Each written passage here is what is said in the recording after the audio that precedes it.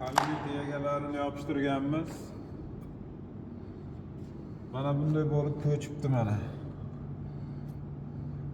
Buni germetik bilan qo'ydik. Qishki kunida kelganimizda 1,5 sm uzayib ketgan, kaltalab turib yana joyiga qaytarib qo'yganmiz. Endi hozir mana yaqinlatgin. Stigi ochilyapti-da mana. Endi bu tortishyapti bu. Tortishib ko'chyapti mana. Osonlik bilan.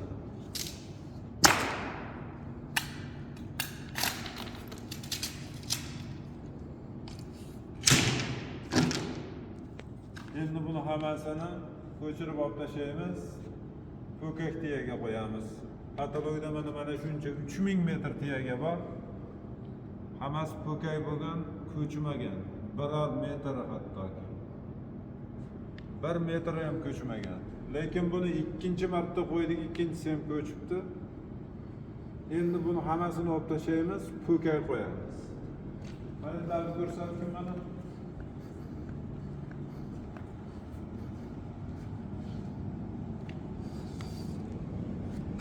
Mana. Nimaga bu bunday ko'chyapti? Hisob kitobini qildik. Bu qishda sovuqda tortishar ekan. Yozgi kunida issiqda kengayar ekanda, ana shunaqa bo'lib ko'chib ketar ekan bu. Aynan mana shu polimerni chiqargan sexga qattiq bizni norozichiligimiz bor.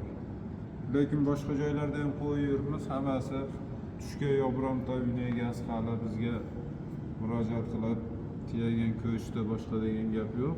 Mana shu yerda shunday bo'ldi. 1000 metr tiyaga ko'chgan. Narigi taraflarida mana bu yoqqa kelgan.